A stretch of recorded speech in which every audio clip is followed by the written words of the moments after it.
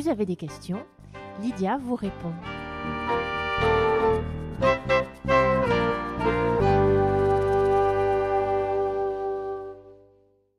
Là, j'ai une question d'une psychologue.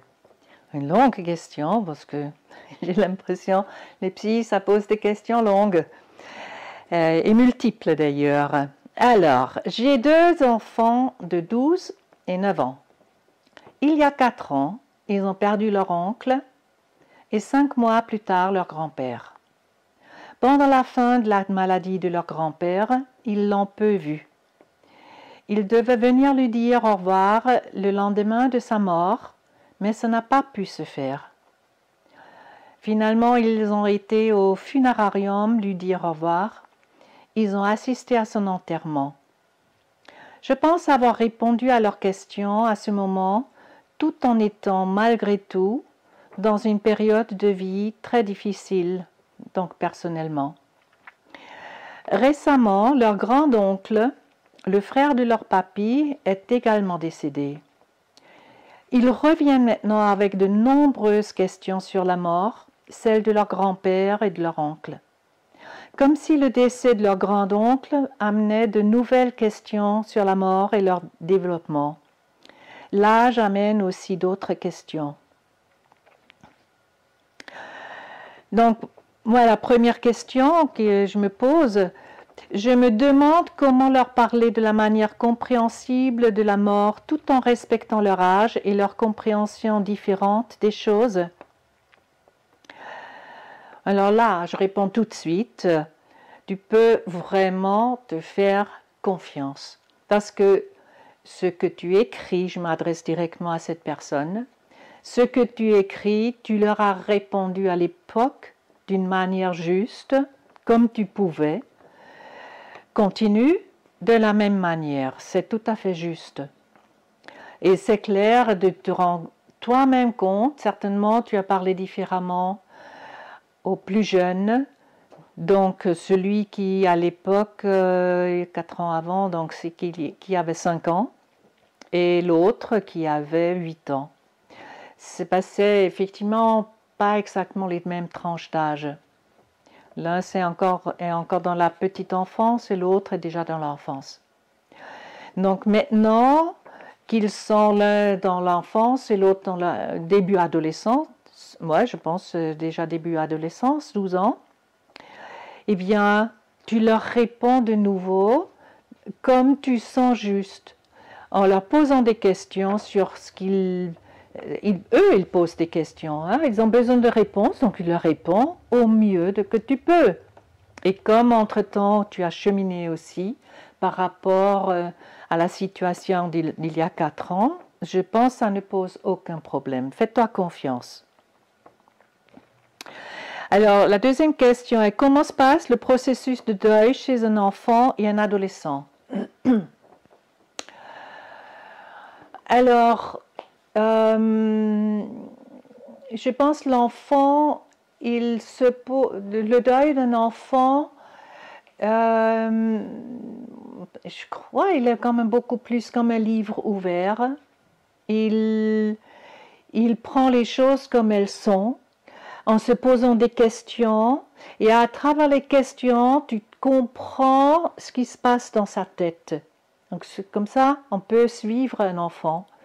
Il a des phases il peut y avoir aussi des phases de surprise, d'incompréhension, mais comment ça se fait? Oui, il y a beaucoup de questions autour comment ça se fait qu'une mort qui arrive. Déjà, s'il a vu, par exemple, il a eu un hamster et le hamster meurt, eh bien, ça donne beaucoup de questions. C'est pour ça que ça me semble utile d'avoir pour des enfants des animaux qui les amènent à avoir aussi des questions sur la vie et la mort via l'animal, et comme ça on peut introduire d'ailleurs le questionnement et les réponses. Maintenant, la tristesse. Alors, mon Dieu, je pense qu'un enfant est beaucoup moins coincé que nous, encore, sauf si vous l'avez coincé parce que vous êtes coincé aussi. Alors, je ne pense pas par rapport à toi à qui je m'adresse, connaissant, tu peux exprimer ta tristesse, donc ça donne aussi la permission à l'autre de l'exprimer. Il y a des enfants qui pleurent dans leur chambre, dans leur coussin, et font ça un peu secrètement. On peut l'aborder en lui demandant: est-ce que tu penses à ton papy? Tu repenses à ton papy? Est-ce qu'il te manque? Est-ce que tu es triste encore? Et puis elle va te répondre.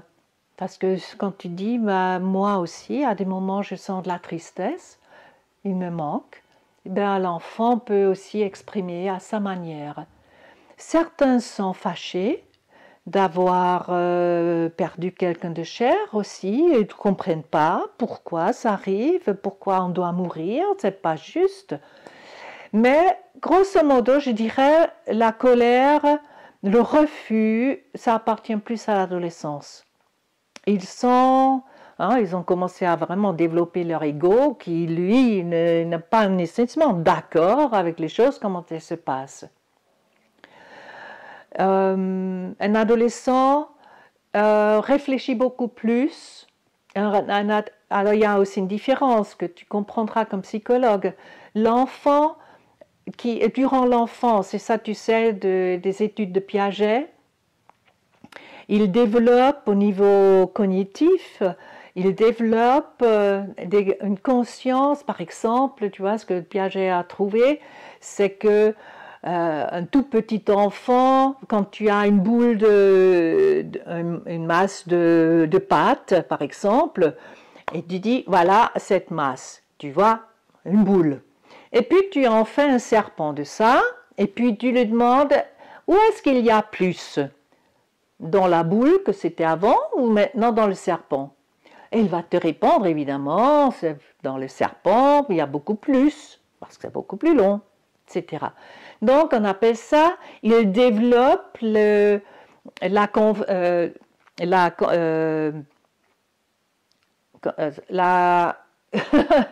ça m'échappe, la conservation de la masse. Ça y est. Après, la conservation du liquide, etc. Il développe au niveau cognitif des notions qui, pour la petite enfance, ne sont pas là.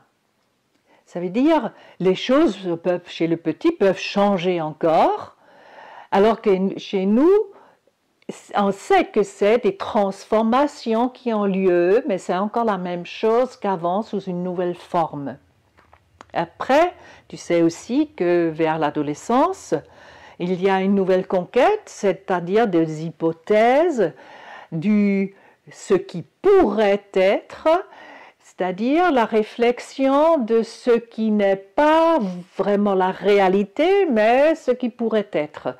Donc cette conception du conditionnel qui pour l'enfant est encore difficile, il ne peut pas vraiment rentrer dedans. Et il faut tenir compte de ces niveaux de connaissance, de développement au niveau du mental. Et ça veut dire la réflexion d'un adolescent n'est pas la même que chez le petit.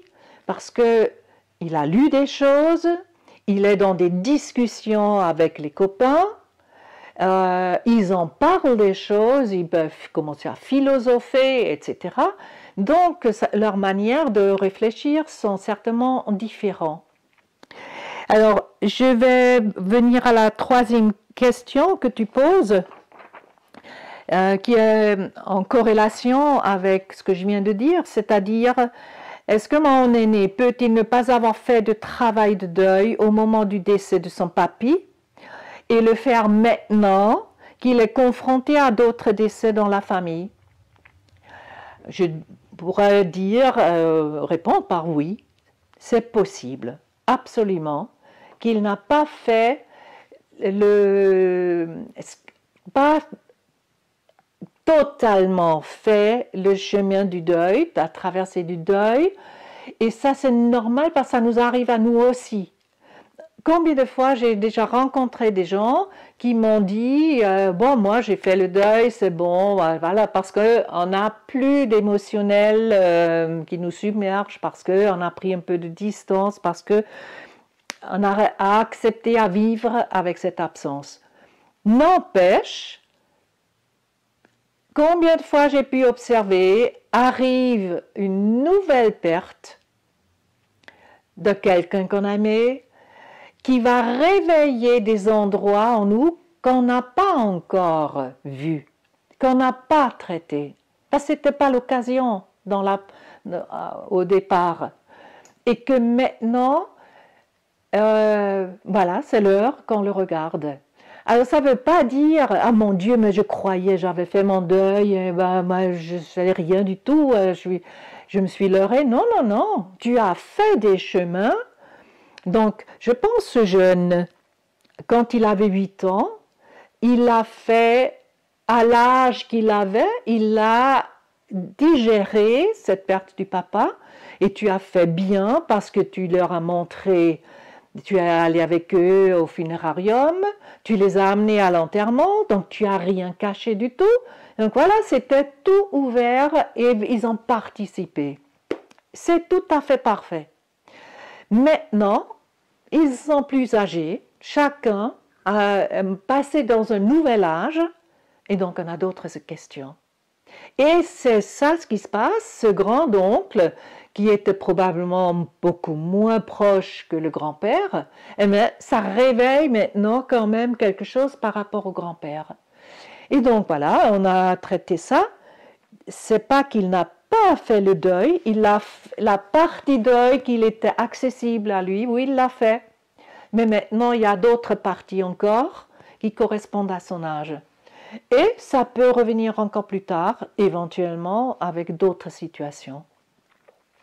Et puis, je dirais aussi, je pense, ton propre cheminement à travers les années, ces 4 ans qui ont évolué et que j'ai vu aussi comment toi-même tu as travaillé les questions de deuil, eh bien, ça a aussi des répercussions, ça rejaillit sur les enfants et qu'il y a des nouvelles choses qui peuvent apparaître. Voilà ce que je peux te dire par rapport à tes questions. Merci de l'avoir posé.